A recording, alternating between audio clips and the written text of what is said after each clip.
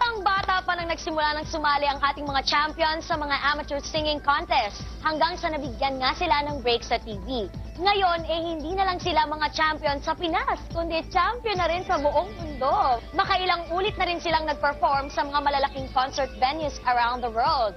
At ilang beses na ding nanalo sa mga international singing competitions. Paano nga ba sila nagsimula? At ano nga bang pakiramdam na nakapagbibigay saya sila sa milyon-milyong Pilipino sa buong mundo? Well, malalaman natin mismo kina Rachel Ann, Eric at Sarah. Kaya naman, Video Connect!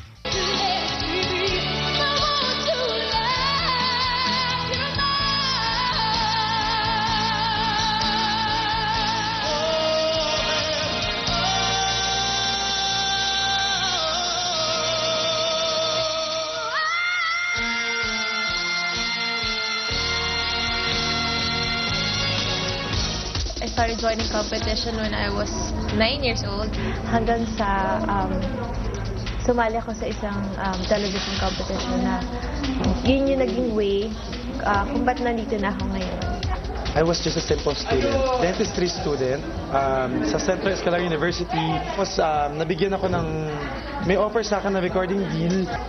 That's when I decided to stop schooling and mag-commit ako dun sa offer sa akin. Nung alam ko na hindi siya matutuloy, that's the time na nag-join ako ng Star in a Million.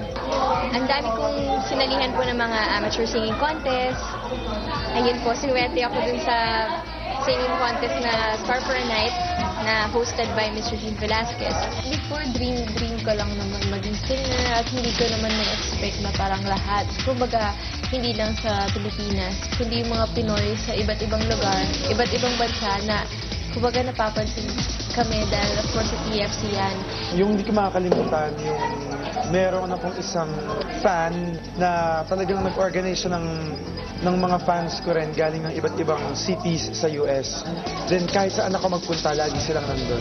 Nakakatuwa kasi po every time na nag-abroad kami, talagang yung reception ng tao, parang talagang sabik na sabik po sila sa mga, po sa mga artista, sa mga singers, ganun. Every time na pupunta po kami doon, talaga naman yung mga tao, bibigyan kami ng mga regalo. Kahit walang okasyon, talaga magbibigay sila, parang sobrang generous nilang lahat.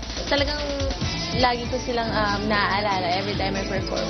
Close tayo! Close tayo! Close tayo sa TFC Connect.